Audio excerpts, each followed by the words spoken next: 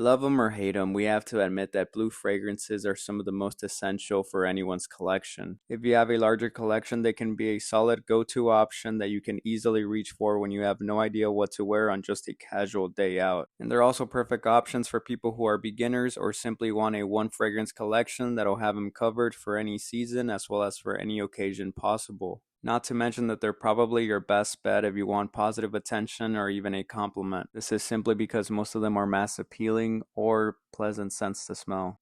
So today we're going to be tier listing some of the most popular offerings in the blue fragrance category, starting with the classic Dior Sauvage. So just like the rest of the offerings on this list, this fragrance is known for being quite fresh, quite clean, but one distinction that I make from the rest is that this one is particularly peppery, and this gives it just the perfect amount of a spicy kick. And it also has a significant amount of ambroxan, which is a chemical compound that is known for giving a fragrance a mass appealing factor and also a quite nice boost in longevity. This fragrance is also known to many as a lady magnet, but to me personally, I think it's a good, but not a great fragrance. That being said, I'm going to put this fragrance in the B tier to start off this list. Next, we have YSOY Eau de Parfum. Now, this to me has a perfect balance between a fresh and sweet character that is given to it by this beautiful green apple note. It also has a magnificent woody backbone that gives it fantastic longevity.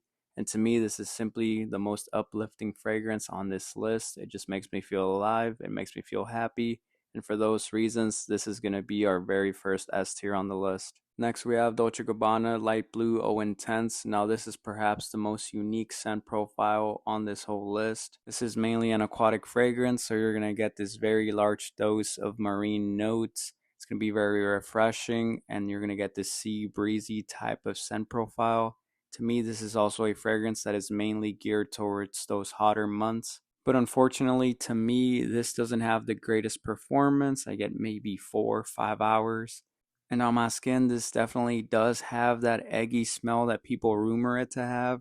So unfortunately, I'm going to have to put this one on the C tier. However, I do admit that it smells a lot better on other people than it does on me, but that's mainly because of a subjective skin chemistry issue. So make sure to try it on your skin first before you buy. Next, we have the infamous Bleu de Chanel Eau de Parfum. Now, to me, this is the most citrusy forward fragrance on this list, and it does give it this very nice, fizzy, bubbly feel. With this one, I mainly get some grapefruit mixed with some bergamot, and to me, this one smells the most grown up. And it also smells the most professional out of all the fragrances on this list. Unfortunately, this is the most expensive fragrance, especially because you can't find it on discounters online. So for those reasons, I'm going to have to put it on the A tier. However, if we're talking about the Parfum version, that one adds a bit more of a sweeter, darker, ambery base. So that would probably make it to the S tier for me. Finally, we have Versace Dylan Blue. Now, this fragrance smells like you just got out of a shower. Just a fresh and clean scent profile. And this one also has a low ton of ambroxan.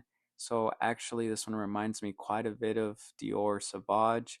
It's also very spicy, has a lot of pepper in it. But the one difference is that this one adds an incense note that makes it darker, and I think that makes it a bit more appealing to me. Not to mention it also has a much lower price, so it's basically something like Dior Sauvage but significantly cheaper in my eyes.